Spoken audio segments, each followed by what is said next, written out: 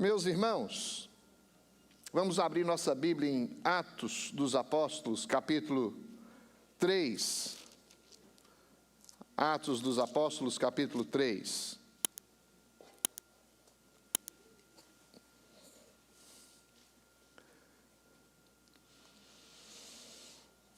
Você pode ficar em pé para acompanhar a leitura deste texto. Nós vamos ler dos versos 1 até o versículo de número 11.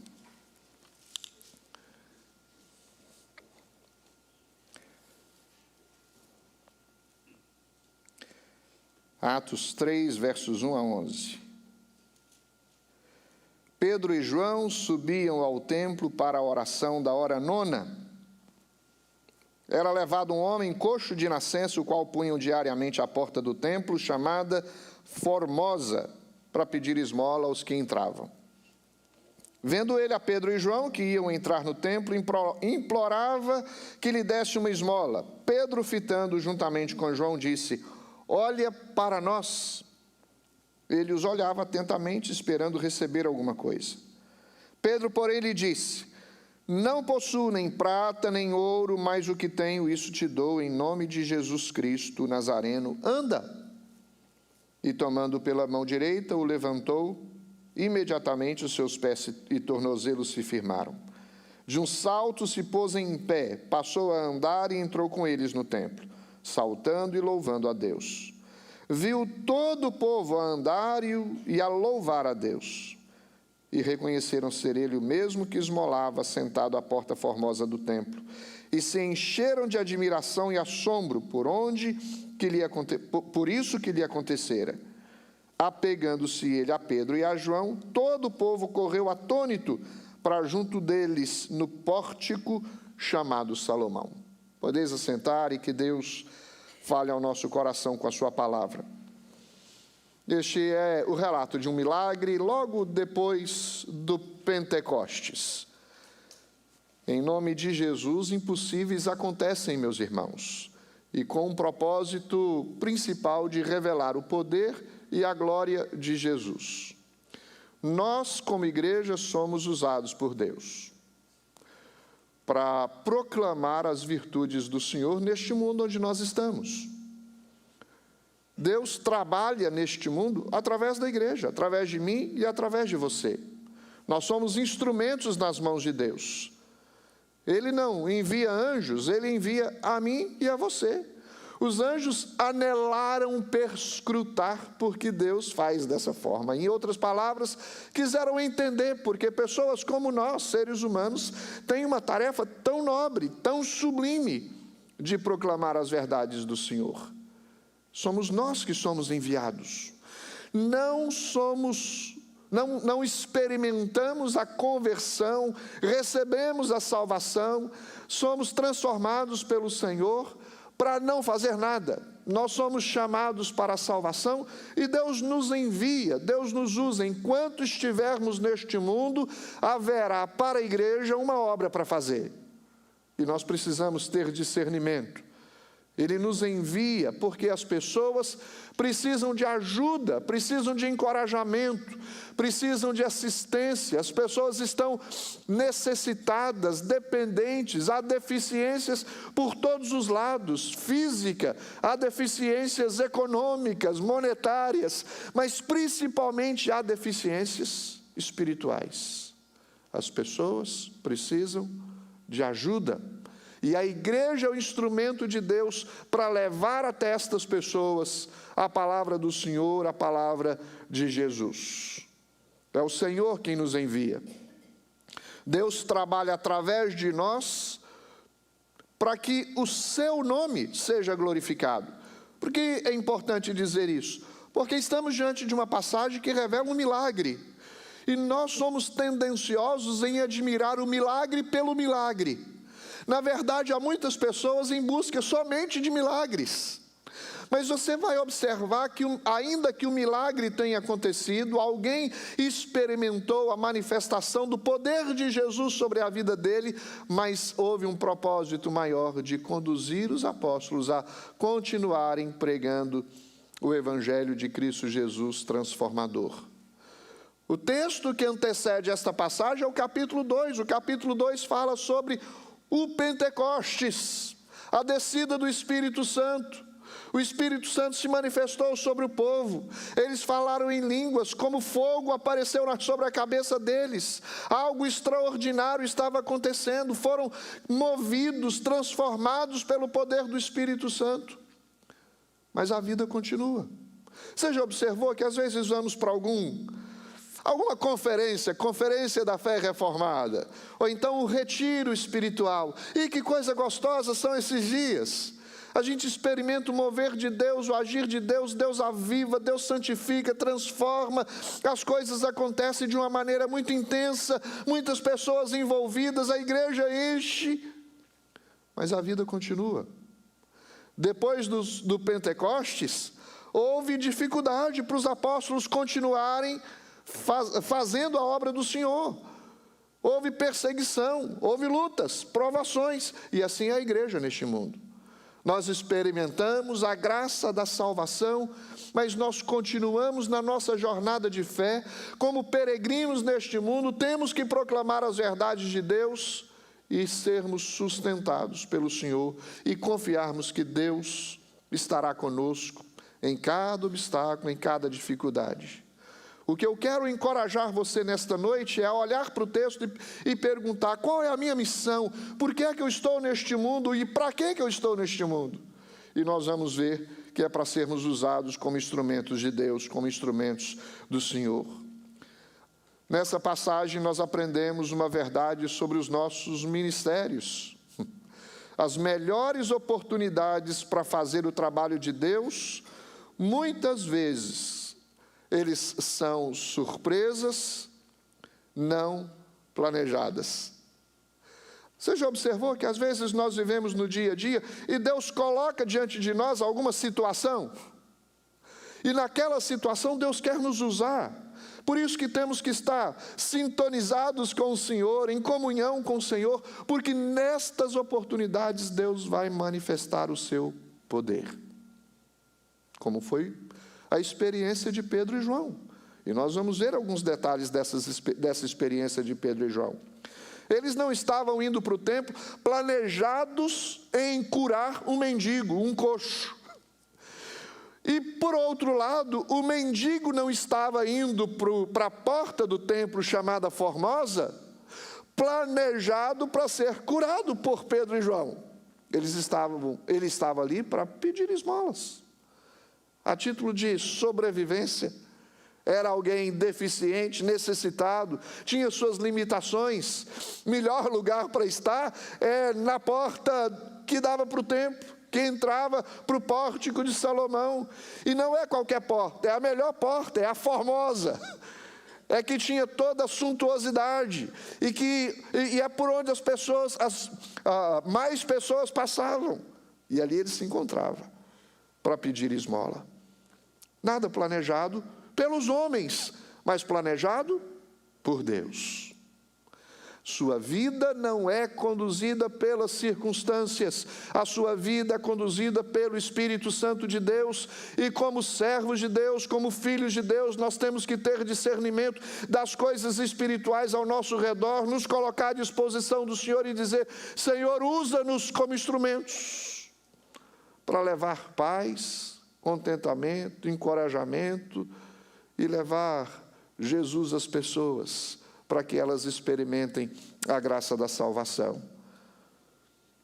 Nós somos usados por Deus. Talvez você esteja muito ocupado em se preocupar com as coisas que têm uma dimensão macro, maior, neste planeta onde nós vivemos. E são coisas que nos preocupam mesmo. São coisas que nos deixam, muitas vezes, perplexos, angustiados, às vezes irritados, irados. Quando se fala, por exemplo, sobre os horrores do aborto, isso mexe conosco. Quando nós falamos, por exemplo, da pobreza sistêmica em países que podiam oferecer uma base comum de sobrevivência simples, para que as pessoas pudessem ter os seus direitos alcançados e realizados. E nós nos preocupamos com essas coisas. Nós nos preocupamos com as articulações políticas que visam o interesse próprio ao invés do interesse do povo, ou seja, não cumprem com aquilo para o qual eles foram colocados naquela posição. São preocupações que nós temos. Nós nos preocupamos com o apocalipse, com o final do mundo, como será, quando será, o que vai acontecer. Nós nos preocupamos com coisas de larga escala. E nós temos que nos preocupar e orar por essas coisas, porque há muita injustiça sendo praticada neste mundo. Mas nós não podemos fechar os olhos para as coisas que acontecem ao nosso redor. Não é verdade? Já havia se passado 50 dias depois da morte do Senhor, até o tempo do Pentecostes. E talvez os discípulos ainda estavam preocupados com tudo o que estava acontecendo. Talvez explicando, inclusive, a autenticidade do ministério, da vida, da obra de Jesus.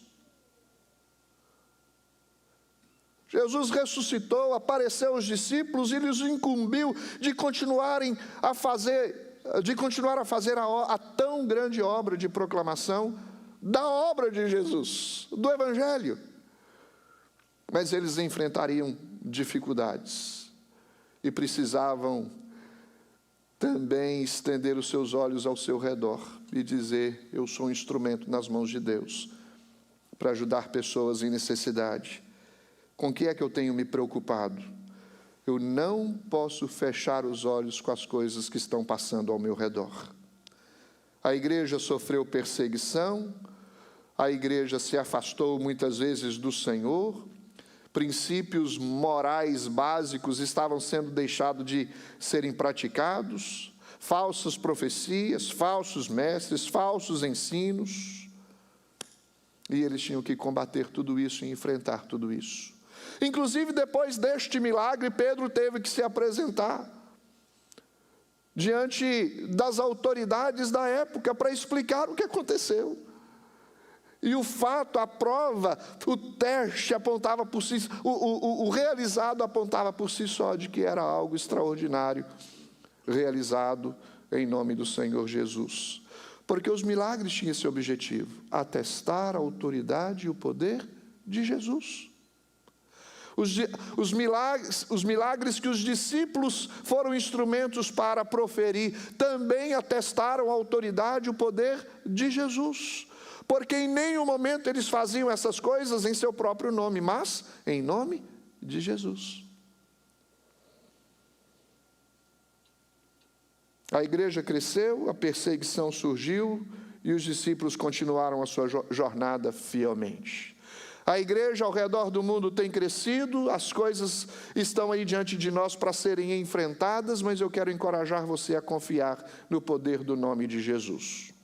Não vá sozinho, queridos, nessa jornada. Vá confiando de que o poder do nome de Jesus é grande, é o nome que está acima de todo nome. E nós podemos ser instrumentos para proferir este nome diante das circunstâncias ao nosso redor e ver a manifestação do poder e da glória do Senhor. Queria destacar algumas coisas. Primeiro, a vida comum dos cristãos. Você observa o verso 1 diz: Pedro e João subiam ao templo para orar na hora nona. Ou seja, era um hábito comum. Nós, como cristãos, somos pessoas que devem orar. Faz parte da vida da oração. Aqui na hora nona, porque a hora entre os judeus era dividida de 3 em 3, começava às 6 da manhã, a terceira hora era 6 da manhã, meio-dia, a sexta hora e 1 da tarde, e 3 da tarde, a hora nona. E olha só, eles tinham o hábito de orar 3 vezes ao dia. Talvez seja difícil para nós criar um hábito de estar no templo 3 vezes ao dia, mas não seria uma coisa ruim nós criarmos o hábito de orar 3 vezes ao dia. O problema é que muitos de nós não oram nenhuma vez, nem na primeira, nem na terceira, nem na sexta, nem na nona. Mas aqui Pedro e João tinham consciência de que deveriam estar na presença do Senhor. buscando, adorando, orando, colocando a sua vida diante do Senhor. Pedro e João eram amigos, eles iam para o templo juntos, parceiros de pesca. Pedro um impetuoso, impulsivo, João manso, calmo, reflexivo. Lembrei até de um cântico, manso, calmo e sereno e tranquilo. Assim era João, amigo do Senhor, e eles se completavam. Eles estavam juntos ali, indo ao templo, estiveram juntos no sepulcro vazio, e agora eles juntos adoram o Senhor. E eles estavam indo para o templo. Fazia parte da sua vida de adoração. Quando nós falamos templo, é ajuntamento dos santos. Na época de Pedro e João, o templo tinha um significado enorme. Era o lugar onde havia manifestação da presença do Senhor. Os judeus, os aparatos judaicos tinham grande significado para os judeus. Mas o que eu quero destacar é que no ajuntamento dos santos, nós precisamos se encontrar. Nós precisamos buscar a presença do Senhor, juntos, unidos, com o mesmo propósito. Os judeus tinham o hábito de orar, esse deveria o seu hábito, o meu hábito, porque eram pessoas que confiavam ao Senhor. Mateus 27 diz, Eli, Eli, lama sabactani, na hora nona o Senhor clama ao Senhor, ao Deus Pai, porque ele sabia o que lhe esperava. Nós estamos numa jornada, irmãos, que caminham para o fim, e às vezes nos esquecemos de buscar a dependência do Senhor, de clamar ao Senhor, de apresentar ao Senhor as nossas queixas, os nossos pedidos, também a nossa gratidão e o nosso reconhecimento de que nós precisamos do Senhor. O templo tinha certamente uma marca importante, e a razão principal disso é porque eles criam que o Senhor se fazia presente ali. No ajuntamento dos santos, há um significado importante, por uma razão simples, porque nós cremos que Deus se faz presente no meio do seu povo. Pedro e João iam ao templo para orar. Eles não perderam, indo para o templo, a oportunidade para ensinar, pregar, curar, porque eles sabiam que a vida cristã não se restringiam a quatro paredes. Você já observou que é muito bonito as coisas que acontecem aqui no domingo à noite? Nós ficamos bem ajustados, né?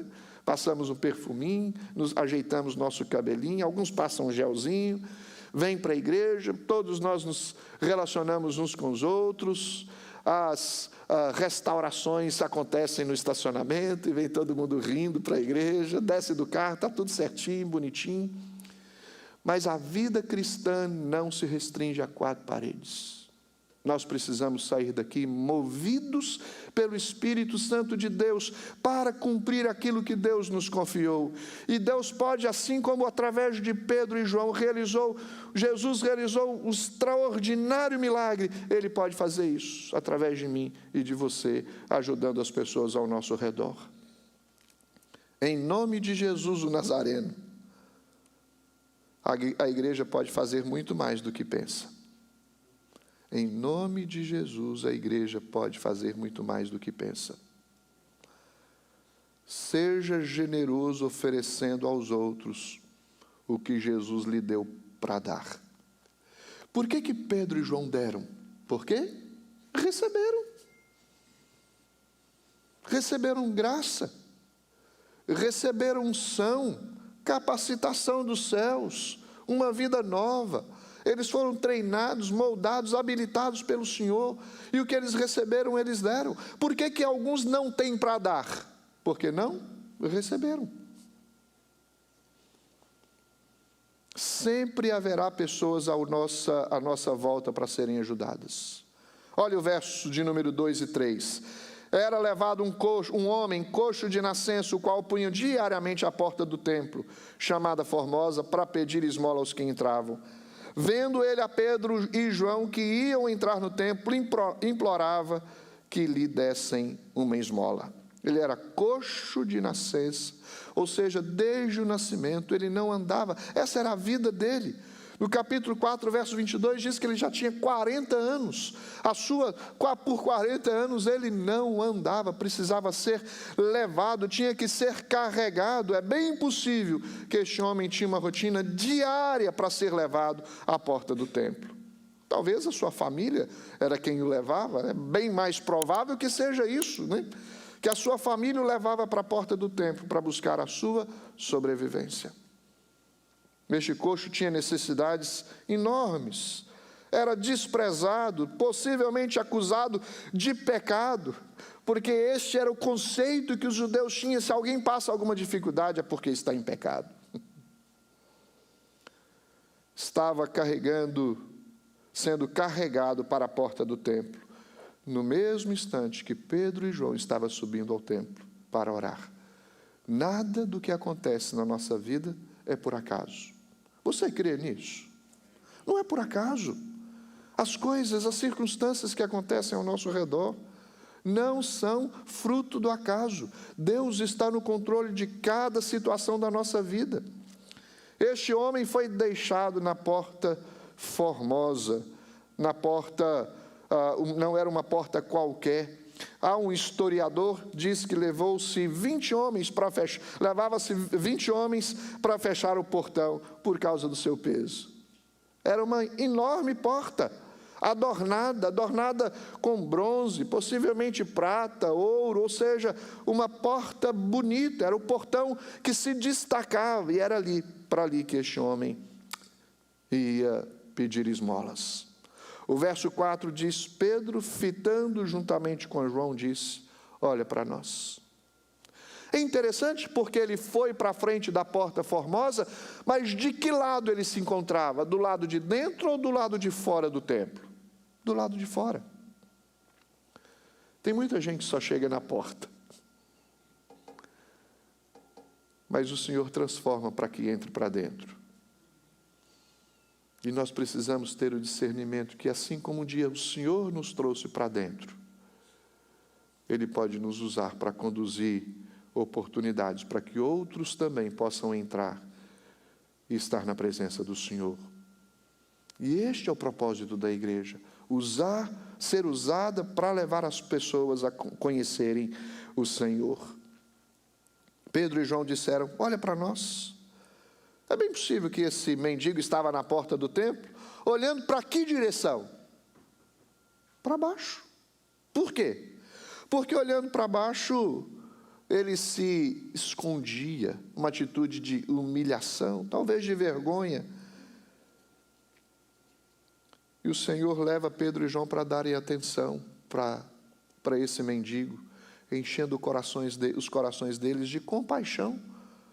Vira para ele, o verso 4 diz: fitando-o juntamente com João, disse, Pedro fitando juntamente com João, disse: olha para nós. Chama a atenção daquele mendigo, traz atenção para eles, porque eles assumem a responsabilidade da posição que eles tinham. Eram discípulos do Senhor, o Senhor chamou para uma obra, e eles não estão transferindo esta obra para ninguém. Eles assumem e dizem: olha para nós. Alguma coisa vai acontecer, há um testemunho aqui a ser dado. Sabe por que eles podiam dizer isso? Porque eles olhavam para Jesus. Tem muita gente que não pode dizer para os outros: olha para mim, por uma razão simples: porque eles não estão olhando para Jesus. Quando nós passamos a olhar para Jesus, o Senhor nos usa como instrumentos de bênção na vida de outras pessoas. Olhem para nós. Isso pode significar a oportunidade para refletir a glória e testemunhar a glória do Senhor. Pedro e João não mandou que ele olhasse para outras pessoas. Nós precisamos aprender com a compaixão de Pedro. Pedro e João tratou esse mendigo com dignidade, com amor, dada pelo Senhor. E quando o Senhor invade a nossa vida, nós fazemos coisas, meus irmãos, que fogem de nós, da nossa compreensão, porque como seres humanos, nós planejamos as coisas, normalmente na perspectiva carnal da nossa natureza. Não queremos ninguém, nem se relacionar com ninguém, nem perdoar ninguém, e nem levar desaforo de ninguém. Nós queremos nos defender, nos proteger, mas nós somos embaixadores do Rei Jesus e queremos levar as pessoas a olharem para Jesus, levar as pessoas a terem um encontro com o Senhor. Tem um vídeo que eu assisti, já faz muitos anos, mas hoje, por curiosidade, eu procurei na internet e o encontrei. Eu digitei: a mãe que perdoou o rapaz por ter matado o seu filho. E olha só, as palavras que ela disse para esse rapaz que matou o seu filho: olha para mim, Alisson, olha para mim, porque ele abaixou a cabeça, virou, ela pegou no queixo dele, virou e disse: olha para mim, e olha as palavras: você está perdoado em nome de Jesus. Eu sou uma cristã e eu estou te perdoando. Isso aconteceu no Brasil, uma mulher brasileira. E eu fiquei perguntando, que poder e graça na vida dessa mulher, que compaixão.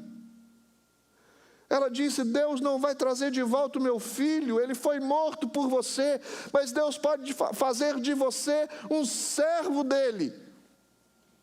Que compaixão. Ter a convicção de que estamos neste mundo não é por acaso. O problema é que nós pensamos que nós somos a razão da existência de todo mundo. Não somos nós. Se há uma razão da existência de tudo que existe, de todos nós, chama-se Jesus Cristo de Nazaré. É para Ele que nós vivemos. É a Ele que nós servimos.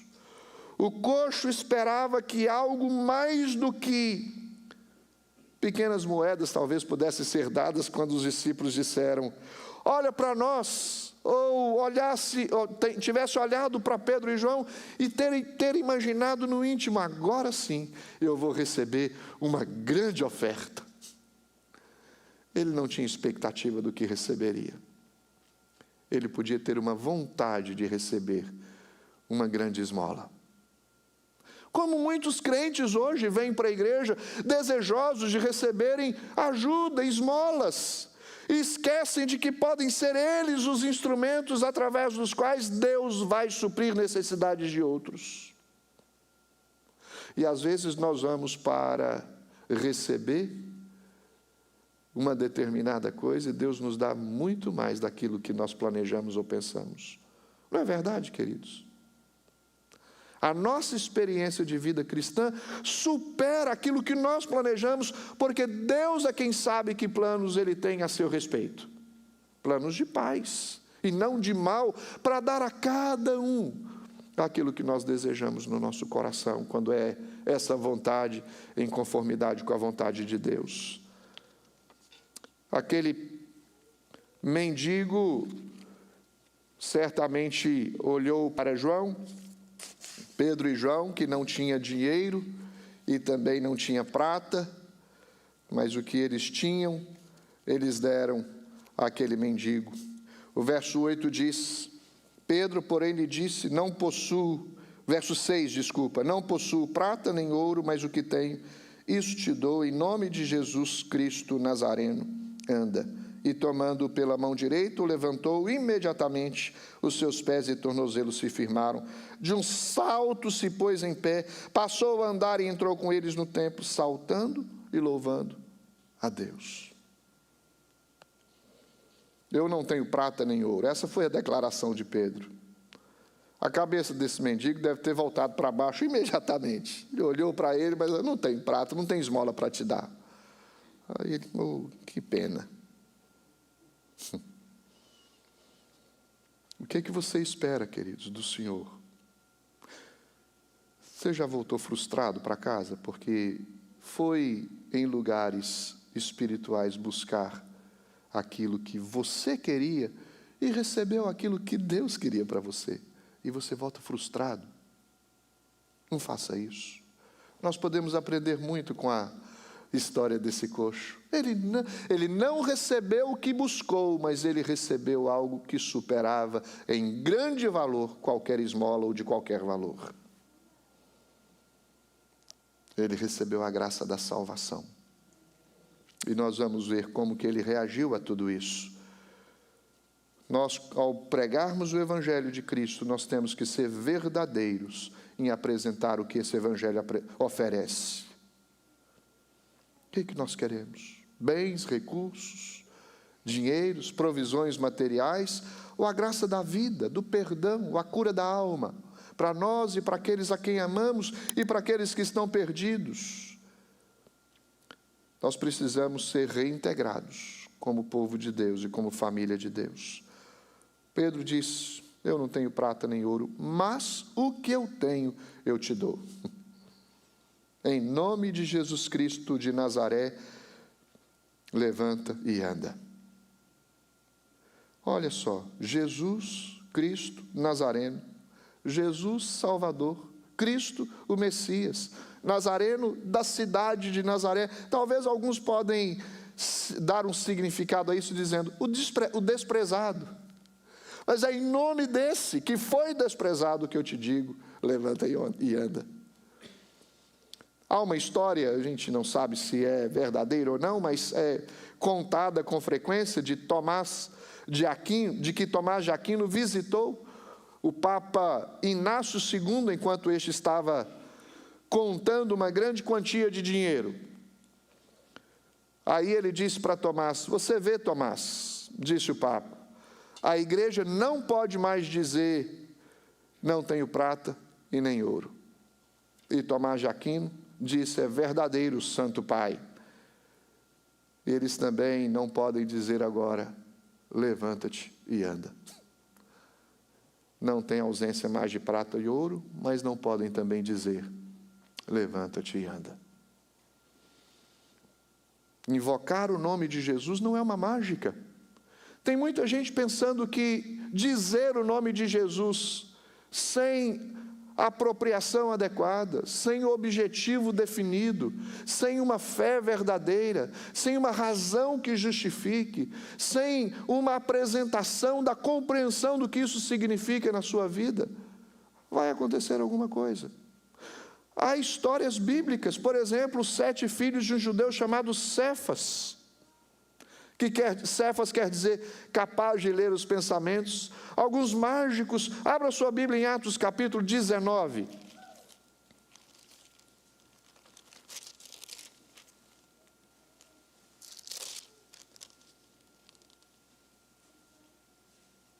A partir do versículo 13, Atos 19, verso 13, olha aí o que diz.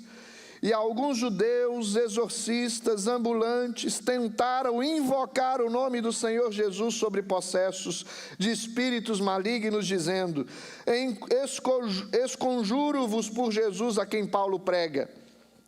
Os que faziam isto eram 7 filhos de um judeu chamado Seva, sumo sacerdote.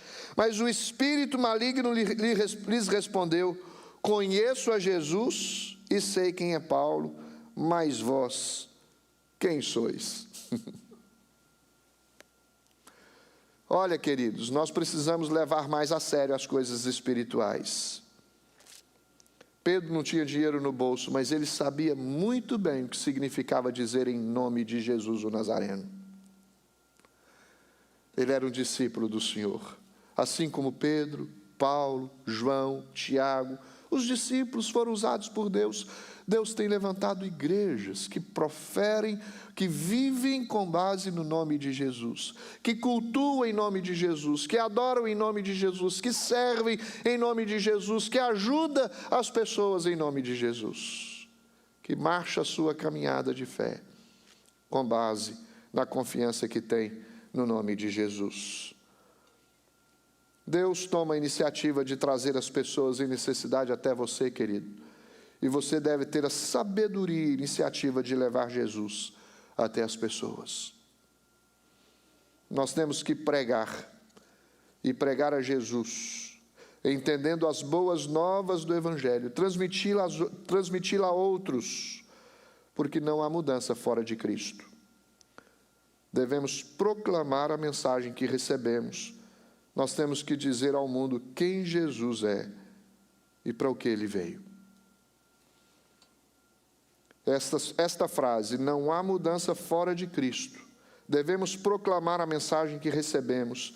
Temos que dizer ao mundo quem é Jesus e para o que ele veio. Foi dita por Paul David Tripp, no livro chamado Pessoas em Necessidade de Mudanças, ajudando pessoas em necessidade de mudanças.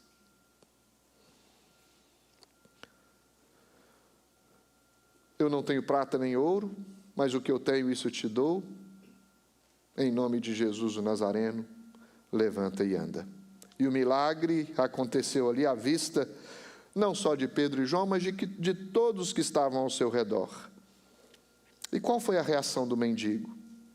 Olha o verso de número 7. Tomando pela mão direita, o levantou, imediatamente os seus pés e tornozelos se firmaram. De um salto se pôs de pé, passou a andar e entrou com eles no templo, saltando e louvando ao Senhor. Pedro agarrou pela mão aquele que pedia esmolas, e eles foram juntos para dentro do templo. Seus tornozelos foram curados e ele se levantou. E nenhum humano, queridos, quando é restaurado da sua deficiência, pelas vias comuns, ele faz isso imediatamente. Precisa de uma terapia, precisa de uma recuperação, precisa de um tempo. Aqui diz que os seus tornozelos foram curados imediatamente. Ele saltou e ele acompanhou Pedro e João para dentro do templo. Sua primeira caminhada o levou ao templo, a caminho da justiça do Senhor. A cura física gerou neste homem cura espiritual. Sabe o que nos entristece? É que tem muita gente caminhando, não para a direção do Senhor, mas para longe do Senhor. Sabe o que nos entristece? Tem muitas pessoas que pensam que são sãs, mas estão doentes na sua alma e precisam de cura. E esta cura, quando acontecer, vai levá-las para a presença do Senhor. Esse mendigo acompanhou Pedro e João. Começa a pular como cervo. Lembra o texto que eu li hoje em Isaías 35, logo no início do culto, dizendo que os cervos pularão como corvos. E foi o que esse homem fez. Ele louvou a Deus. Não a Pedro e João. Porque não foi Pedro e João quem fez o milagre, foi o Senhor. E foi Pedro e João usados pelo Senhor no momento marcado pelo Senhor, não por Pedro e João e nem pelo mendigo. E aí a gente tem que tomar um cuidado com uma coisa. Às vezes presenciamos igrejas marcando o dia em que os milagres vão acontecer. Cuidado, queridos. Quem marca a agenda da ação de Deus neste mundo está por conta do Senhor. E nós estamos submissos a Ele. E esse homem então passou a louvar o Senhor, pulou louvando a Deus. Agora, certamente Deus fez dele, ao invés de um pedinte de esmolas, um servo que dava o que recebeu. Ele entrou no portão, porta adentro. Não foi planejado, não foi feito em nome dos discípulos. O milagre aconteceu em nome de Jesus. E as pessoas se surpreenderam com o que aconteceu. Porque você observa o verso de número 9, viu todo o povo andar e a louvar a Deus. Olha, é interessante porque com certeza este mendigo era conhecido por todo mundo. 40 anos, ia para a porta do templo, as pessoas passavam por ali diariamente. Não foi um milagre, será que aconteceu? Quem foi a pessoa? Ninguém conhece, ninguém tem a referência a respeito dele. Não, era um conhecido. Na sua cidade onde você morava no Brasil, você conhecia alguém que se destacava na cidade? Ou um mendigo, um pedinte de sinal? Ou alguém que tinha alguma deficiência, alguma necessidade básica, e de repente a vida dele muda, é perceptível. E a vida deste homem, a mudança na vida deste homem foi perceptível. O poder que Jesus usou para curar as pessoas se tornou manifesto através da ação dos apóstolos junto àquele mendigo. E os milagres autenticam a autoridade de Jesus. E este foi o propósito deste milagre realizado pelo Senhor por meio de Pedro e João aqui neste lugar. E este homem continuou louvando a Deus. E as pessoas se maravilharam. Emoção que era experimentada por vislumbrar a manifestação do poder do Senhor. Não mexe conosco quando a gente vê Deus mudando a vida das pessoas? Ficaram espantados, em choque, queriam saber mais. Olha o verso 10 e 11. E reconheceram ser ele o mesmo que esmolava, sentado à porta do templo, a porta formosa do templo, e se encheram de admiração e assombro por isso que lhe acontecera. Apegando-se ele a Pedro e a João, todo o povo correu atônito para junto deles no pórtico chamado de Salomão. Outros descobriram sobre Jesus pelo seu testemunho. Olha só o que Deus fez na vida deste homem. A igreja é chamada para mostrar compaixão. É o tipo de coisas que nós deveríamos nos preocupar mais para nos dedicar como cristãos. Como eu posso ser usado pelo Senhor? A primeira vinda de Cristo inaugurou o início da restauração do mundo. O retorno de Cristo o levará à conclusão. Mas enquanto isso, Deus está usando a mim e a você para proclamar a mensagem de salvação. Eu não sei onde a sua história se encaixa, queridos. De qualquer forma, aqui está o que todos nós precisamos ouvir. Compaixão nem sempre significa alívio temporal, mas deve envolver uma oferta de alegria eterna. O que eu quero dizer é, às vezes você pode dar pão a um faminto, mas simplesmente matou a sua fome. Mas se você der um pão e dizer que o Senhor transforme a sua vida, perdoe o seu coração, que o Senhor renove a sua alma, que o Senhor lhe dê vida eterna, que o Senhor salve você, que o Senhor cure você por fora e por dentro, que diferença isso fará na vida das pessoas? Se nós tivermos a consciência de que há algo muito mais valioso do que coisas temporais e terrenas para dar. Todos nós podemos ser usados por Deus. Vou repetir, todos nós podemos ser usados por Deus. E quando usados, o nome do Senhor será glorificado através de nós. Do ponto de vista generalizado, claro que os sofrimentos neste mundo é fruto do pecado.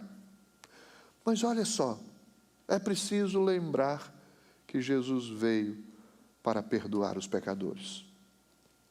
E nós não precisamos mais viver dominados pelo pecado, mas guiados pelo Espírito de Deus. E é isso que eu almejo para mim e para você. Que o Senhor nos leve de volta para casa nesta noite, reconhecendo que podemos ser instrumentos de bênção na vida de outras pessoas. Não apenas reconhecendo, mas desejando. O que Deus pode fazer através de mim, através desta igreja? Assim como Pedro e João foram instrumentos para a cura desse coxo, e olha a alegria que esse homem experimentou, olha a mudança que aconteceu na vida dele. Não é o que nós almejamos para a vida das pessoas ao nosso redor? Então vamos nos disponibilizar dizendo: Senhor, usa-me como instrumento em tuas mãos. Que eu experimente a graça da transformação e seja um instrumento do Senhor para levar encorajamento, paz, alegria e salvação aos ouvidos daqueles que ainda caminham perdidos, sem direção, sem saber para onde vão. Nós sabemos o caminho e sabemos o nosso destino. O caminho é Jesus e o nosso destino é o lugar onde Jesus está. É os céus, na presença do Senhor. Amém, queridos? Feche seus olhos. Deus, nós pedimos que o Senhor aplique essa palavra em nosso coração e nos ajude a ser, no dia a dia, instrumentos nas tuas mãos. Que nós possamos nos livrar da previsibilidade. Às vezes a gente prepara, planeja as coisas exatamente como elas devem acontecer, mas nós nos esquecemos de que o Senhor é soberano para fazer da forma que lhe aprouver, que o Senhor almejar, que o Senhor desejar.